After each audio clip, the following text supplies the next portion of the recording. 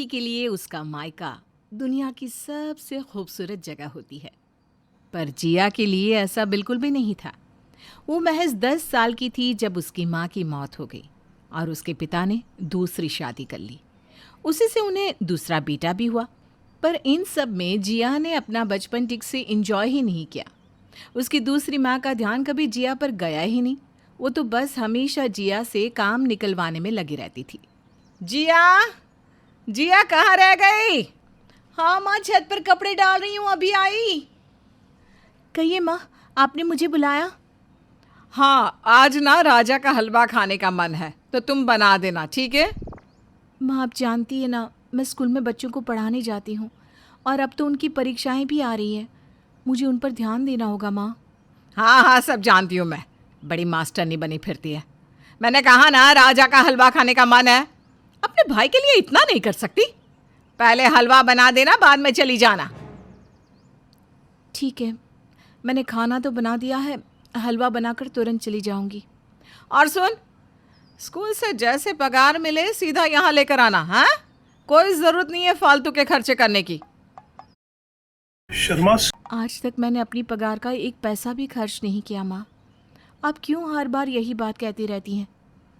बड़ी जबान चल रही है तेरी, हैं? अब जल्दी से काम कर, मेरे सर पर चढ़ने की कोई जरूरत नहीं है, समझी? बढ़िया आई मुझे जवाब देने वाली। कावेरी का बर्ताव हमेशा से जिया के साथ ऐसा ही था। उसके पिता को तो जैसे याद भी नहीं था कि उनकी कोई बेटी भी है। वो तो काम में व्यस्त रहते और जो उनकी बीवी कहती वही करते और सुनते थे।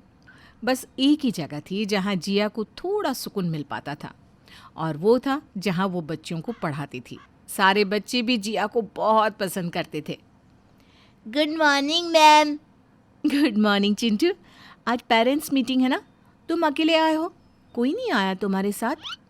आए ना, मेरे चाचू आए हैं, वो रहे कार पार्क कर रहे हैं। अच्छा ठीक है, उन्हें अंदर ले आना, मैं इंतज़ार कर रही हूँ। चिंटू अपने चाचू विहान को अंदर ले आता है और विहान को पहली नज़र में ही जिया पसंद आ जाती है। वो उसे देखता ही रह जाता है पर कुछ कह नहीं पाता। विहान की नज़र जिया से हट ही नहीं रही थी। तो आपको समझ में आ गया ना जो मैंने कहा? हेलो, आप सुन भी रहे हैं मैं क्या बोल रही हूँ? हाँ हाँ, समझ गया मैं। आप मुझे अपना नंबर दे दीजिए ना। जी? मेरा मतलब है, कुछ समझ में नहीं आएगा तो मैं आपसे पूछ लूँगा। हाँ, ओके, ये लीजिए। विहान अब रोज़ चिंटू को स्कूल छोड़ने आया करता। उसकी अच्छी दोस्ती भी हो गई थी जिया के साथ।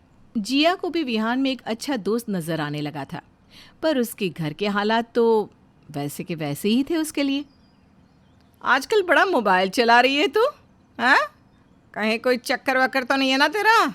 देख रहे हैं जी आपकी लाडली के कारनामे। जियो, ये सब क्या कह रही है माँ? पापा, आपने एक बार भी मुझसे पूछा कि मैं क्या कर रही हूँ? बच्चों के एग्ज़ाम से इसलिए वो सवाल पूछते हैं, बस उनके जवाब दे रही हूँ। पर आपको अपनी बेटी कभी दिखाई कहाँ देती है? आपको तो बस इस घर में कुछ ही लोगों की सुनाई पड़ती है। देख रहे हैं इस लड़की के लक्षण आप? हाथ से निकलती जा रही है ये लड़की। मैं तो कहती हूँ जल्दी से इसके हाथ पीले कर दीजिए और रफा दफा कर दीजिए इसे। मैं कोई सामान नहीं हूँ जिसे आप रफा दफा कर देंगी माँ। मैं अभी अपने करियर पर ध्यान देना चाहती हूँ, और वैसे भी मैंने आज तक आपको कोई तकलीफ नहीं दी। घर का सारा काम करती हूँ, कभी आपको कुछ कहती नहीं, फिर भी आप। जियो, ऐसे बात करता है क्या कोई अपनी माँ से? कावेरी सच्ची कह रही है, तुम्हें जल्द से जल्द इस घर से बाहर करना होगा। जिया बिना कुछ कहे रोते हुए अपने कमरे में वापस आ जाती है। वो रो रही थी कि इतने में विहान का कॉल आता है। वो आंसू पोंछते हुए फ़ोन उठा लेती है। जिया, तुम रो रही थी क्या? नहीं,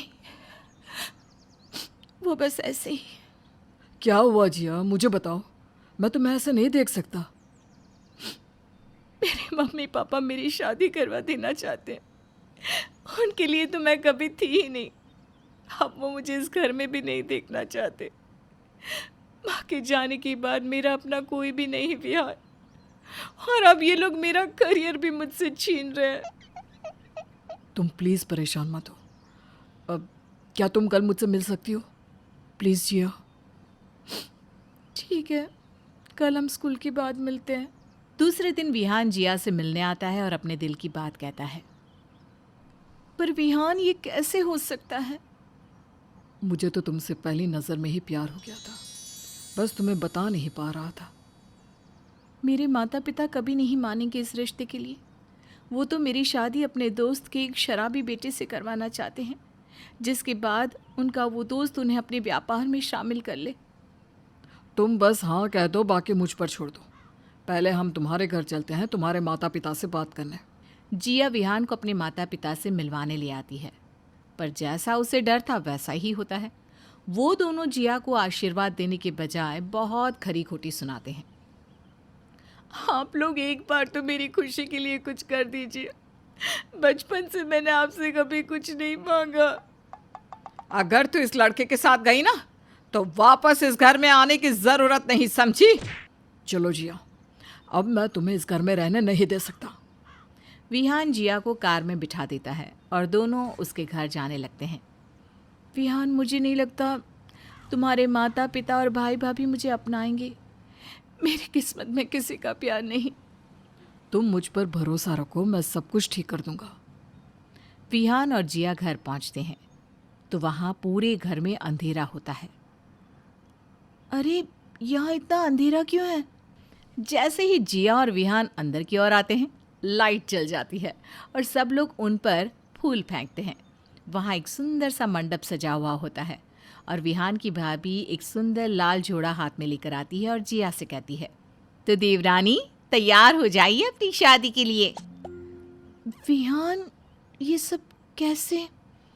मैंने जब तुम्हारे बारे में कल सबको बताया तो सब लोगों ने यही प्लान बनाया था। देखो, मंडप, पंडित जी, वरमाला सब तैयार है हमारे लिए। जिया शादी के लाल जोड़े में तैयार होकर आती है और पूरे रीति रिवाज के साथ विहान से शादी करती है और बड़ों का आशीर्वाद लेती है। एक बात पूछूं? हाँ, पूछो। अभी आपको चाची कहूँ या मैम? सब लोग हंसने लगते हैं। जिया शादी के बाद भी अपनी जॉब चालू रखती है और स्कूल की प्रिंसिपल बन जाती है। उसने जितने दुख अपने मायके में देखे थे, उतनी ही खुशियाँ उसे शादी के बाद ससुराल में आकर मिल गई थी।